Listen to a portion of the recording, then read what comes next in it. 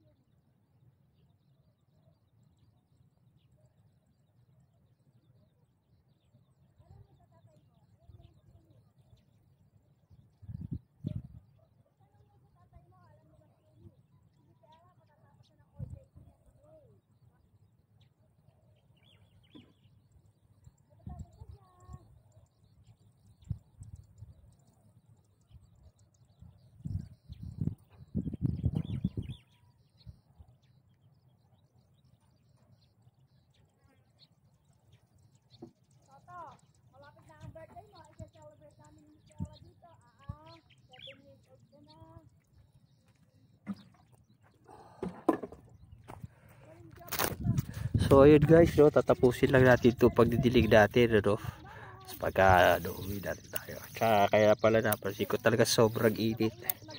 Kaya pala dito sa may huli ko na bandang huli natin na demand ng Carabao grass, parang marami ko konti tumutubo, marami talaga na batay dahil sobrang init.